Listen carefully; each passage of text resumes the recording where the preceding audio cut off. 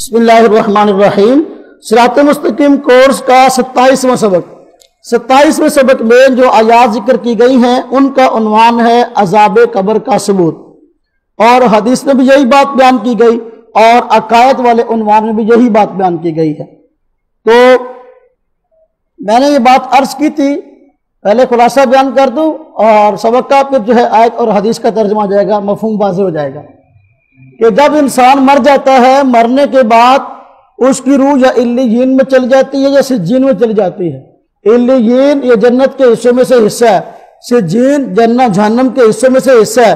اگر انسان نیک ہے تو اس کی روح علیین میں ہوتی ہے، اگر برا ہے تو اس کی روح سجین میں یعنی دوزخ کے اندر چلی جاتی ہے۔ اب علیین اور سجین میں ہوتے ہوئے، حالانکہ بہت دور ہے، لیکن پھر اس کے ہوتے ہوئے علیین اور سجین میں تعلق اس کا جڑا ہوا ہوتا ہے قبر میں پڑے ہوئے جسم کے ساتھ، اور اس کی وجہ سے مرنے والا عذاب یا ثواب کو محسوس کرتا ہے۔ بس اوقات یہ بات سمجھ میں نہیں آتی، لیکن دیکھو اگر آدمی آج غور کرے تو غور کرنے سے بات معلوم ہو سکتی ہے۔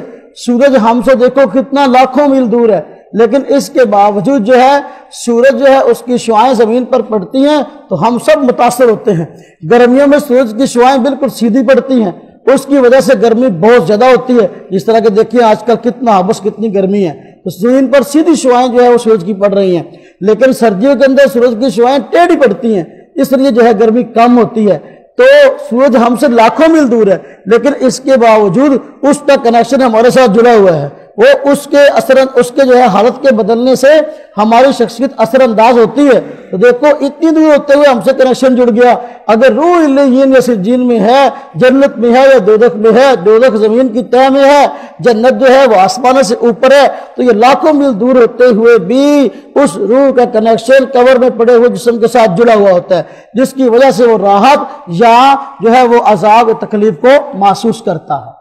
اس کا ثبوت کہ عذاب و ثواب برحق ہے، اس کا ثبوت قرآن میں بھی ہے، اس کا ثبوت حدیث میں بھی ہے، پوری امت کا اس پہ اتفاق ہے۔ بہت سارے لوگ جو عقل کے جو ہے وہ پیروکار ہیں، بجائے قرآن کو مانے یا حدیث کو مانے، عقل کو ماننے والے، تو بس اوقات اس چیز کا انکار کرتے ہیں، کہتے ہیں کہ عذاب اور ثواب اس قبر میں نہیں ہوتا اور کچھ بھی نہیں ہوتا، قیامت کے بعد کچھ ہو تو ہو۔ دیکھو یہاں قرآن پاک کے اندر اور جو حدیث ذکر کی اس میں خاص طور پہ عذاب قبر کو بیان کیا گیا کہ عذاب قبر برحق ہے، عذاب قبر برحق ہے۔ دیکھیں پہلی آیت ذکر کی گئی، اس میں فرمایا گیا بسم اللہ الرحمن الرحیم النار یعرضون علیہا غدوا وعشیا ویوم تقوم الساعۃ ادخلوا آل فرعون اشد العذاب۔ فرعون اور اس کی قوم کے متعلق فرمایا گیا کہ یہ لوگ غرق ہو گئے اور اللہ رب العزت کا عذاب جو ہے وہ ان کو پہنچ رہا ہے۔ کیسے؟ فرمایا النار یعرضون علیہا، کہ دوزخ جو ہے، آگ جو ہے وہ اس صبح و شام اس آگ پر یہ لوگ پیش کی جاتے ہیں، یعنی آگ ان کے سامنے کی جاتی ہے، آگ کے اندر ڈالے نہیں جاتے، آگ پر پیش کی جلتی ہوئی آگ کے جو ہے کسی آدمی کو سامنے کر دی جائے، ظاہر بات ہے کتنی گرمی محسوس کرتا ہے۔ آگ میں ڈالا نہیں جاتا بلکہ آگ اس کے سامنے پیش کی جاتی ہے، یہ آدمی آگ پر پیش کی جاتا ہے۔ فرمایا النار یعرضون علیہا غدوا وعشیا، آگ جو ہے ان پر پیش کی جاتی ہے صبح اور شام، ویوم تقوم الساعۃ، جس دن قیامت قائم ہو جائے گی حکم ہوگا ادخلوا آل فرعون، داخل کر دو فرعونیوں کو اشد العذاب، اس سے بھی زیادہ سخت عذاب۔ ایک عذاب وہ ہے جو فرعونیوں کو آج صبح اور شام ہوتا ہے، ایک عذاب وہ ہے جو قیامت کے بعد ہوگا۔ جو آج صبح اور شام ہوتا ہے وہ کیا ہے؟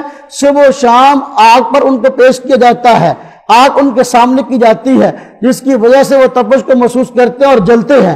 تو قیامت کے دن جو ہے یہ عذاب ہلکا ہے، جبکہ جو قیامت کے بعد عذاب ہوگا یہ اس سے سخت ہوگا۔ اس پہ آگ ان کے سامنے پیش نہیں کی جائے گی، نہ ان کو آگ پر پیش کی جائے گا، بلکہ ان کو عذاب کے اندر ڈال دیا جائے گا۔ قیامت کا عذاب سخت ہے اور قبر کا عذاب اس کی بنسبت ہلکا ہے، اس کی بنسبت۔ آپ دیکھو اس سے دو عذاب معلوم ہو گئے، ایک قبر کا عذاب اور ایک آخرت کا عذاب جو قیامت کے بعد والا ہے۔ تو جو لوگ یہ قبر کے عذاب کا انکار کرتے ہیں قرآن کریم کی اس آیت کا توڑ مروڑ کر پیش کرتے ہیں، حالانکہ صاف طور اللہ پاک نے فرما دیا ایک عذاب فرعون کی قوم کو آج ہو رہا ہے اور ایک عذاب قیامت کو ہوگا۔ جو آج ہو رہا ہے اس کی کیفیت یہ ہے، جو قیامت کو ہوگا وہ اس سے بھی زیادہ سخت ہوگا۔ یہ عذاب قبر کا ثبوت ہوا۔ حدیث شریف دیکھ لیں، حدیث شریف میں قبر کے عذاب کا ثبوت کہ حضرت مسلم شریف میں روایت ہے، حضرت زید بن ثابت رضی اللہ عنہ کہتے ہیں کہ ہم جو ہے رسول اللہ صلی اللہ علیہ وسلم فرماتے ہیں کہ اس دوران کے رسول اللہ صلی اللہ علیہ وسلم بنو نجار کے باغ میں اپنے خچر پر سوار تھے۔ ایک باغ تھا قبیلہ بنو نجار کا، نبی پاک صلی اللہ علیہ وسلم جو ہے خچر پر سوار وہاں کھڑے تھے اور ہم آپ کے ساتھ تھے کہ اچانک آپ کا خچر بدک پڑا، یعنی اچانک اچھلا کودا، تو قریب تھا کہ وہ آپ صلی اللہ علیہ وسلم کو گرا دیتا۔ اچانک دیکھا کہ وہاں 5-6 قبریں تھیں۔ آپ صلی اللہ علیہ وسلم نے پوچھا کہ ان قبر والوں سے کون واقف ہے؟ تو اپنا ایک شخص نے جواب دیا کہ میں واقف ہوں۔ آپ صلی اللہ علیہ وسلم نے پوچھا کہ ان کی وفات کب ہوئی تھی؟ اس شخص نے جواب دیا کہ زمانہ شرک میں، یعنی یہ شرک کی حالت میں مرے ہیں، یہ مشرک ہے جن کی قبریں ہیں۔ تو اس پر آپ صلی اللہ علیہ وسلم نے ارشاد فرمایا لوگوں کو ان کی قبروں میں آزمائش کی جاتی ہے، لوگوں کی ان کی قبروں میں آزمائش کی جاتی ہے۔ اگر مجھے ڈر نہ ہوتا کہ تم لوگ مردوں کو دفن کرنا چھوڑ دو گے تو میں اللہ سے دعا کرتا جو عذاب قبر میں سن رہا ہوں اللہ وہ تم کو بھی سنوا دے، اللہ وہ تم کو بھی۔ تو دیکھو نبی پاک صلی اللہ علیہ وسلم جو ہیں کھڑے ہوئے تھے، اچانک آپ کا خچر بدکا۔ خچر کیوں بدکا؟ اس لیے کہ اس نے عذاب کو جو قبر والوں کو ہو رہا تھا محسوس کیا۔ اس پر آپ صلی اللہ علیہ وسلم نے پوچھا یہ قبریں کن کی ہیں؟ بتانے والے نے بتایا کہ یہ ان لوگوں کی ہے جو شرک پر مرے ہیں۔ آپ نے فرمایا ان کو عذاب ہو رہا ہے۔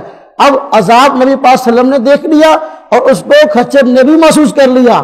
تو آپ نے ایک بات ارشاد فرمائی کہ دیکھو اگر مجھے یہ ڈر نہ ہوتا کہ تم لوگ اپنے مردوں کو دفن کرنا چھوڑ دو گے تو جس عذاب کو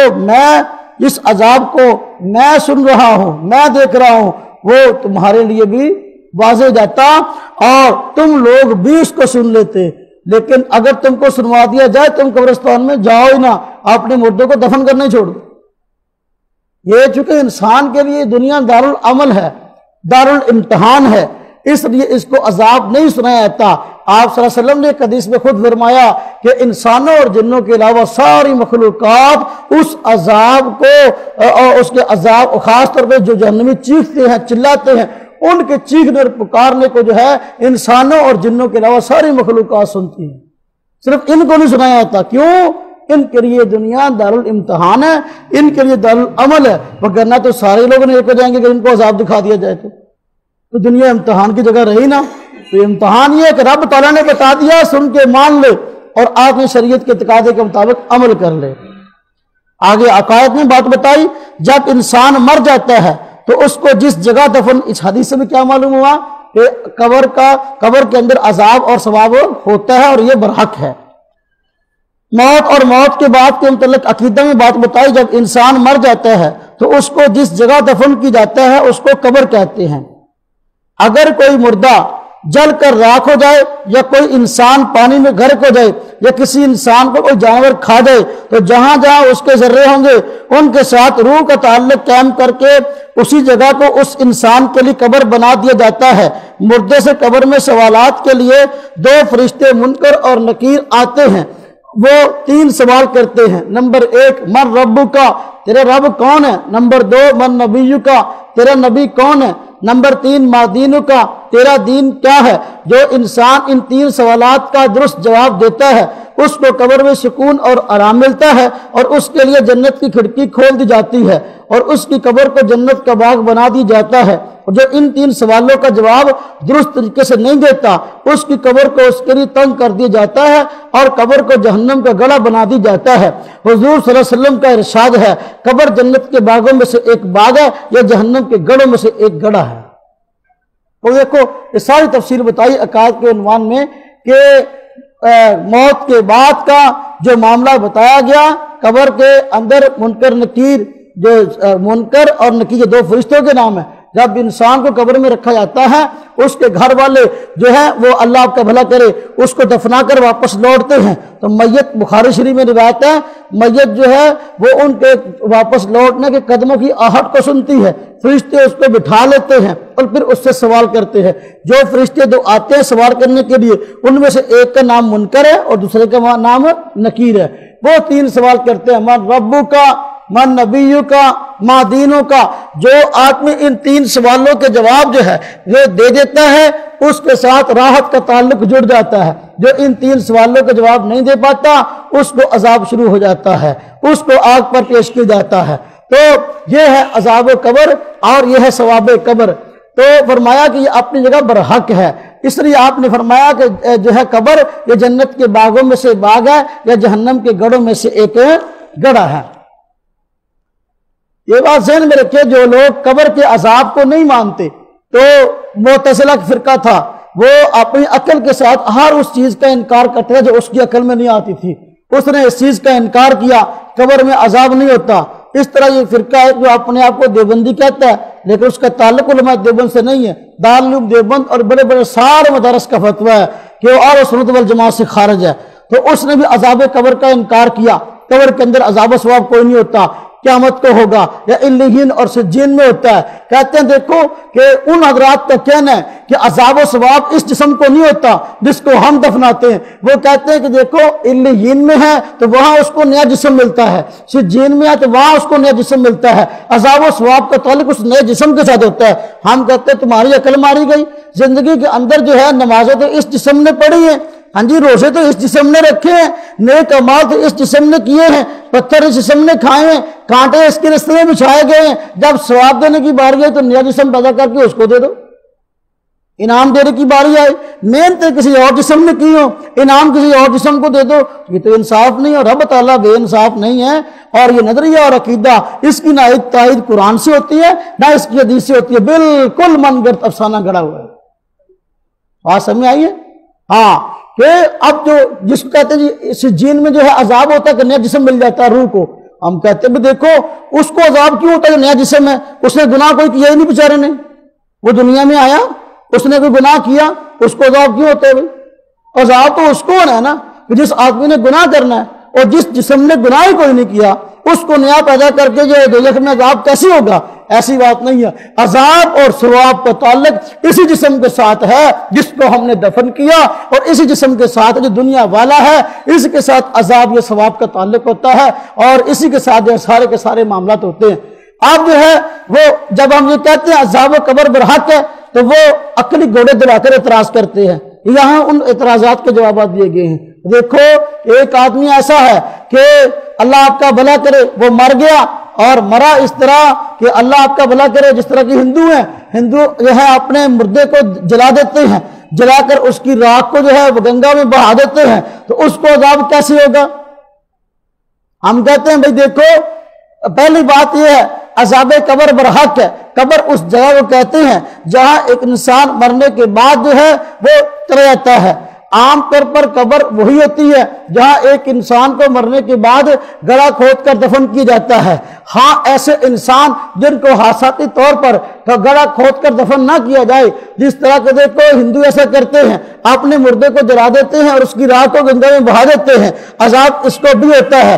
اس کے حق میں قبر وہ جگہ ہے جہاں جہاں اس کے ذرات بکھر گئے ہیں۔ اب جہاں جہاں پانی میں اس کے ذرات بکھر گئے ہیں وہاں وہاں اس کو عذاب دینا یہ میرے اور آپ کے بس کی بات نہیں ہے، میری اور آپ کی عقل میں آئے نہ آئے، رب تعالیٰ کی ذات جو ہے عذاب اس کو دیتی ہے، اور رب تعالیٰ کے لیے کام مشکل ہے نہیں۔ کیوں؟ ان اللہ علی کل شیء قدیر، اللہ تعالیٰ کی ذات ہر چیز پہ قادر ہے کہ نہیں؟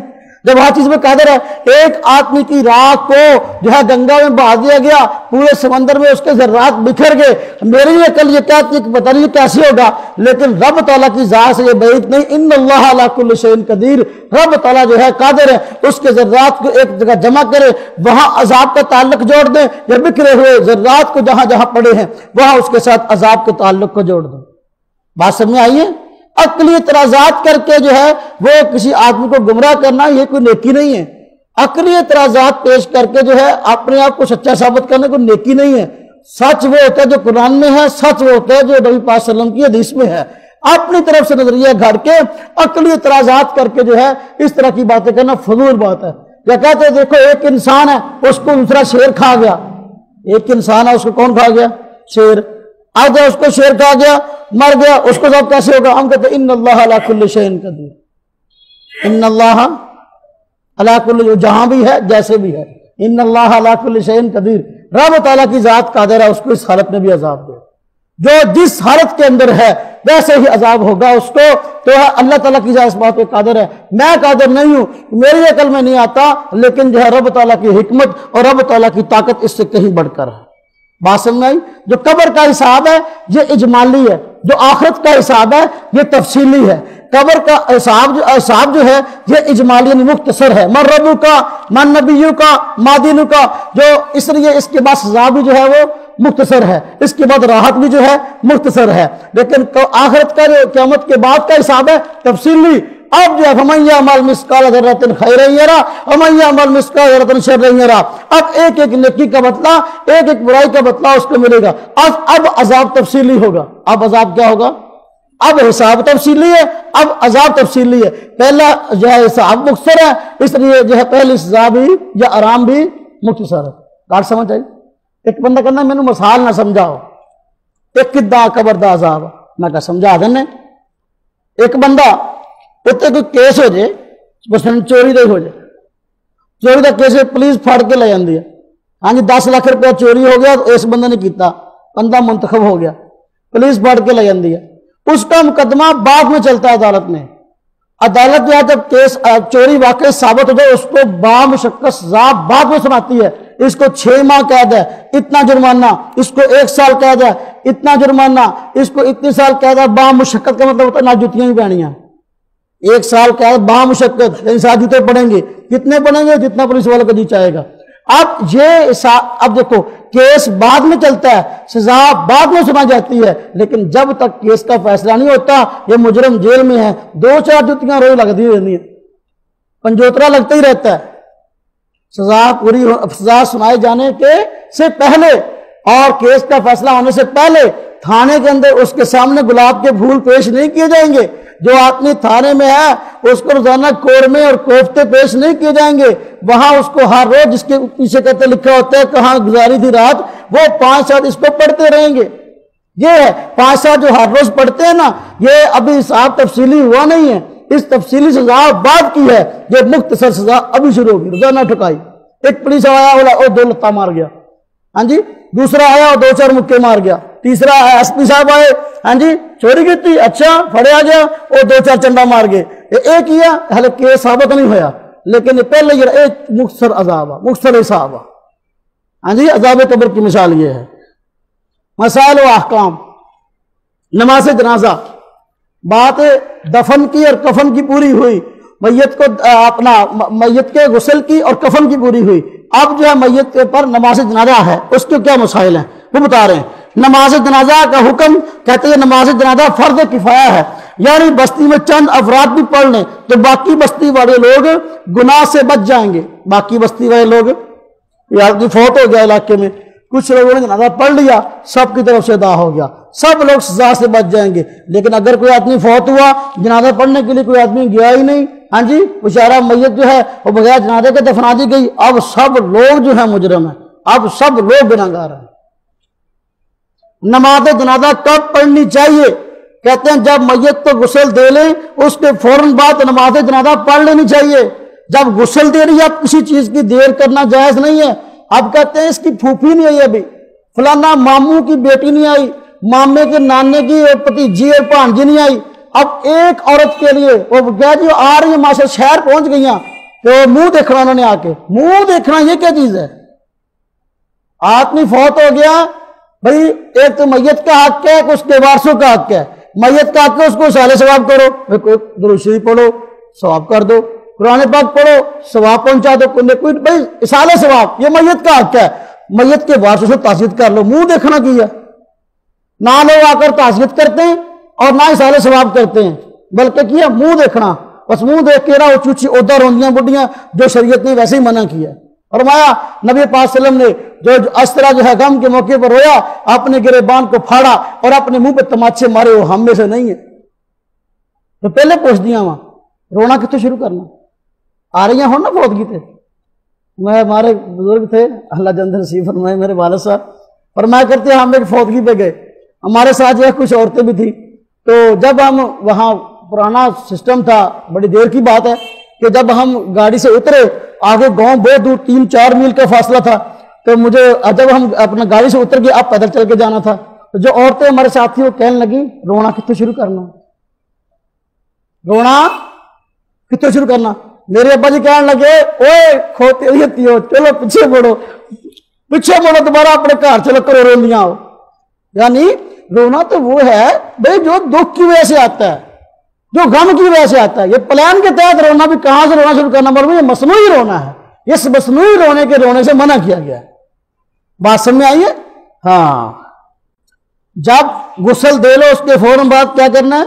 جنازہ پڑھنا ہے۔ اب کسی کا انتظار نہیں ہے۔ آج کل تو ماشاءاللہ اتنا جدید سسٹم ہے، ادھر کوئی آدمی فوت ہوا ہر جگہ پہ ٹیلی فون کر دیے، ہر آدمی پہنچ سکتا ہے، کہیں سے اس نے پہنچنا ہو۔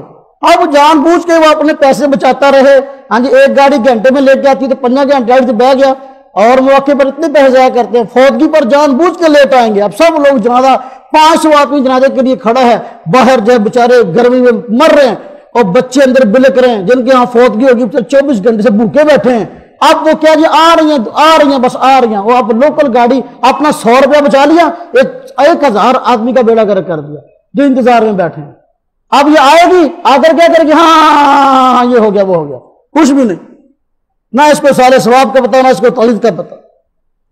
فوراً جب غسل دے لو، اب میت کا حق، میت خود کہتی ہے اگر وہ نیک ہے، اس کو جب لے کے جاتے ہیں نا، حدیث میں خود آتا ہے، بخاری شریف میں روایت ہے، جب میت کی چارپائی اٹھاتے ہیں نا، اب اگر میت نیک ہے تو کہتی ہے قدمونی قدمونی، مجھے جلدی لے جاؤ جلدی لے جاؤ جلدی لے جاؤ مجھے۔ اگر بری ہے تو چیختی چلاتی ہے کتنے لے کے چلے، میں کتنے لے کے چلے، کتنے لے کے چلے، اس کو پتہ قبر میں عذاب ہوگا۔ یہ بخاری شریف میں روایت ہے۔ اس لیے اب اپنا غسل دینے کے بعد کوئی تاخیر نہیں ہے۔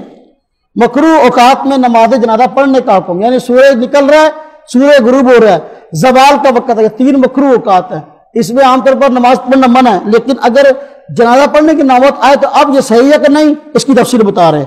جب میت کو تیار کرنے میں دیر ہو جائے، تیار کرنے کا مطلب یہ کہ غسل کفن میں جو ہے وہ دیر ہو گئی، فوت ہوا، ادھر جو ہے فوراً غسل کفن شروع کر دیا، لیکن جو ہے وہ غسل دیتے وقت کفناتے وقت جو ہے تاخیر ہو گئی، تو جو ہے اور مکروہ وقت شروع ہو گیا، مکروہ وقت شروع ہو گیا، تو اس وقت میں نماز پڑھنا جائز ہے۔ اگر غسل کفن دیتے ہوئے تاخیر ہوئی ہے، کسی اور وجہ سے نہیں ہوئی، تو اب جو ہے اپنا اللہ کا بھلا کرے، جائز ہے کہ مکروہ وقت کے اندر بھی اس کا جنازہ پڑھ لیا جائے۔ لیکن کہتے جب میت تیار ہو جائے اور لوگوں کا انتظار کرتے کرتے دیر ہو جائے، ہاں جی، فلانی ہلے بھوپھی نہیں آئی تو فلانی نانی نہیں آئی تو مامی نہیں آئی، ہاں جی، حالانکہ اسے جنازہ بھی نہیں پڑھنا، تو کہتے اس کا انتظار کرتے کرتے دیر ہو جائے، مکروہ وقت شروع ہو جائے، تو کہتے اب جو ہے اس وقت میں نماز جنازہ پڑھنا جائز نہیں ہے مکروہ وقت کے اندر، کیونکہ جان بوجھ کر مکروہ وقت داخل کیا ہے بغیر عذر کے۔ جب غسل دے لیا تھا، اب انتظار کرتے کرتے کو لیٹ کیا ہے، جلدی پڑھ لینا چاہیے تھا، اب اگر مکروہ وقت داخل ہو گیا اب جائز نہیں ہے، مکروہ وقت نکل جائے اس کے بعد جو ہے جنازہ پڑھا جائے۔ جن افراد کی نماز جنازہ پڑھنا جائز نہیں ہے، ہاں جی، ویسے تو جو مومن ہے اس کی نماز جنازہ پڑھی جائے گی، جو مسلمان ہے، کلمہ گو ہے۔ بعض جرم ایسے ہیں کہ آدمی اگر ایمان کی حالت میں کرے تو بڑے بڑے مقتدر جو شرفاء ہیں، علاقے کے بڑے لوگ ہیں، بڑے علماء ہیں، ان کو جو ہے اس کی نماز جنازہ پڑھنی چاہیے، تاکہ یہ دوسرے لوگوں کو تنبیہ ہو جائے کہ یہ برا کام تھا جو یہ کرتا تھا۔ عام لوگ پڑھ لیں، بڑے بڑے لوگ نہ پڑھے، یہ نہیں کہ بعض سرمایہ دار، بڑے علماء، شرفاء، متقی، یہ لوگ نہ پڑھے۔ جس مثلاً دیکھو نمبر 1، اسلامی حکومت کے خلاف بغاوت کرنے والا، اسلامی بشرطے کہ اسلامی ہو، اسلامی حکومت کے خلاف بغاوت کرنے والا کوئی آدمی ہے، باغی ہے، شرارتیں کرتا تھا اور اس شرارت میں مارا گیا، مسلمان تو ہے لیکن جو اس کی جنازہ جو ہے عام لوگ نہ پڑھیں، عام لوگ پڑھیں، خاص لوگ نہ پڑھیں، بڑے بڑے علماء نہ پڑھیں، بڑے بڑے شرفاء نہ پڑھیں۔ ڈاکہ مارتے ہوئے پولیس مقابلے میں مارا گیا، ہاں جی، یا مسلمان کی جان لیتے ہوئے خود اپنے آپ کو گولی لگ گئی، یہ ڈاکہ مارنا، تو اس کی عام لوگ جنازہ پڑھیں کہ خاص نہ پڑھیں۔ نمبر 3، والدین کو قتل کرنے والا، اپنے والد کو قتل کر دیا، بہت بڑا جرم ہے۔ والد و والدین، والدہ، یہ دونوں جو ہیں یہ تو انسان کے سب سے بڑے خیر خواہ ہوتے ہیں، جس نے والدین میں سے کسی کو قتل کیا تو اب یہ بہت بڑا جرم ہے۔ عام لوگ اس کی جنازہ پڑھ لیں لیکن جو ہے خاص لوگ اس کی نماز جنازہ کو نہ پڑھیں تاکہ لوگوں کو تنبیہ ہو، ہاں جی، اس طرح جو ہے وہ خودکشی کرنے والا، خودکشی، خاص لوگ اس کا جنازہ نہ پڑھیں، عام پڑھ لیں، یہ بہت بڑا جرم ہے خودکشی، تاکہ لوگ اس سے رک جائیں۔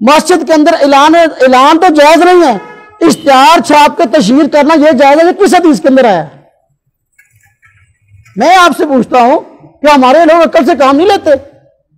جو بھائی اعلان تو مسجد میں تو کر نہیں رہا، تو اب جو ہے جب اپنے کمپنی کی مشہوری کی بات آئی ہے، یہ صرف کمپنی کی مشہوری کے لیے ہے، وہاں کیا ہوتا ہے؟ ایک غائبانہ نماز جنازہ کے نام پر کیا ہوتا ہے؟ وہاں پہ لمبی چوڑی تقریر، اسپیکر لگتے ہیں، سٹیج سجتے ہیں، تقریریں ہوتی ہیں، اور پردے کے اندر خواتین کا انتظام ہوتا ہے۔ جی خواتین کی نماز جنازہ ہے ہی نہیں پردے میں۔ اب جو فلاں کمپنی باغ میں جنازہ ہوگا، پردے کے اندر خواتین بیٹھی ہیں، جی کیا کرتے ہیں؟ تقریریں کرتے ہیں، اور وہاں پیسے مانگتے ہیں کہ دو ہمیں پیسے دو، اور تو کہتے ہیں اور فلانی صحابیہ نے اپنی بالیاں دے دی تھی، فلانی نے اپنی چوڑیاں دے دی تھی۔ ہم کہتے ہیں کس صحابیہ نے جنازے پر چوڑیاں دی تھی اور بالیاں دی تھی؟ جنازے تے عورتیں دی جبہ خالی کران دیا۔ افسوس کے موقع پر جنازے پہ چندہ کرتے ہیں، جنازے پہ لمبی چوڑے جلسے کرتے ہیں۔ ہم کہتے ہیں یہ کس حدیث کے اندر آیا؟ ویسے تو ہم سے ہر بات کی حدیث مانگتے ہو، ہم بھی تو حدیث مانگ سکتے ہیں نا کسی کام کی۔ اشتہار چھاپنا اور پھر یہ سارا کام جو ہے، یہ لمبے چوڑے جو سارے سے جو ہوتے، تقریریں ہوتی ہیں، چندے ہوتے ہیں، عورتوں کا انتظام ہوتا ہے، یہ کس حدیث کے اندر ہے؟ یہ سارا کا سارا تماشا ہے۔ اور پھر اللہ آپ لوگوں کا بھلا کرے میں نے عرض کیا ایک جنازے کا اشتہار چھپا اور پڑھایا گیا، ہاں جی جب جنازہ پڑھ لیا گیا شہید صاحب وہاں پہنچ گئے، شہید صاحب پہنچ گئے۔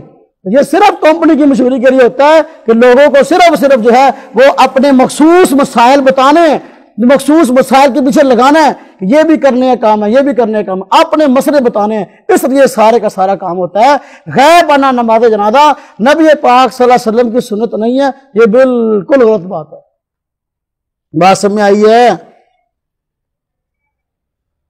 میت کا حاضر ہونا ضروری ہے۔